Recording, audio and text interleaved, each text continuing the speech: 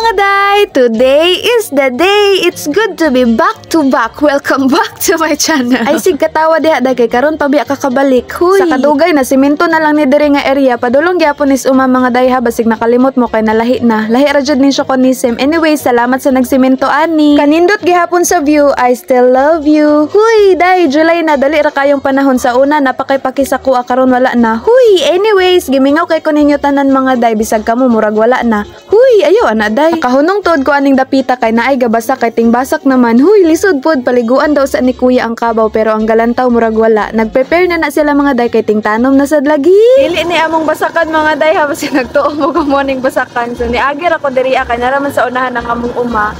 Unya kay gi-approach man ko nila so ningon pod sila ba nga magpa-video pod sila mo apel pod sila sa akong vlog. So okay pod kaayo taga Mawab di ay sila.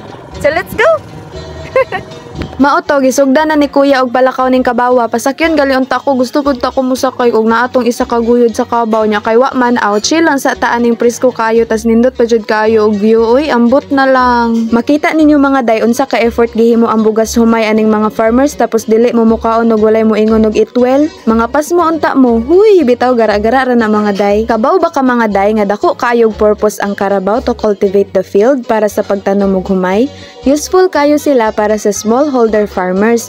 Labaw na kung wala jud kay ika-sustain sa mga dagko or mahal nga makineryas. Pero para sa kuha mga day okay ra kaayo ang old model sa pagbasak aning basakan. Ug kabaw ba ka nga bisag sa simpleng command like ho, he, what, makasabot na dayon ang kabaw di parehas nato nga loading kaayo simpleng sugo di kasabot. Huy, naapod sila isa ka makinarya nga pangdaro o pang-ukay aning yuta mga day. Nya kay kinahanglan naman pug kumubiya sumuadto na pug ko sa among uma kay ang main purpose nga ni ami diri mga day kay harbiso namo ning mais namo kay may na lang nanasad mi bugas mais ani. Kay basin kuno daw maunhan mis mga rat ilaga mouse. Huy, parehas ra tanan day. Oo kay gawas nga ting ulan ting gutom ug ting atake jud og mananap sa atong mais karon mga day. Pero murag wala mi nakauna kay mas daghan ang gipangaon sa rat pero at least naka-harvest butas ilang salin. Huy, naunsa na baliktad. Ang pag-harvest ana mga day kuhaa ang bunga dayon balia. Nabali ang sanga humanap ng iba. Aguroy, ay gud sig kinuanday. Haponisim na kaning orasa maong gakuha na kog sako kay magsaking na ay malamang isulod na nato nang atong hinarbist dira mga day para di ta maabtag ulan. Kay og ulanon haskar bagyong pagkabug-ata ani day mao to gi time slap na lang nako og saking dinha kay basig magabian pud ta diri no. Anyways, ang uban ani mga day kanang pinanitan gilahi na siya kay pangsimilyan na siya sa sunod nga tanom unya kanang wala pangbugas gani no balik-balik man kaday. Bitaw mga day gabalik-balik naman ko diris uma pero ni pahulay sa jud kog video wala nagpahulay og vlog kay syempre gawas sa personal lives papahuwayon pud nako ang akong mata especially sa gadgets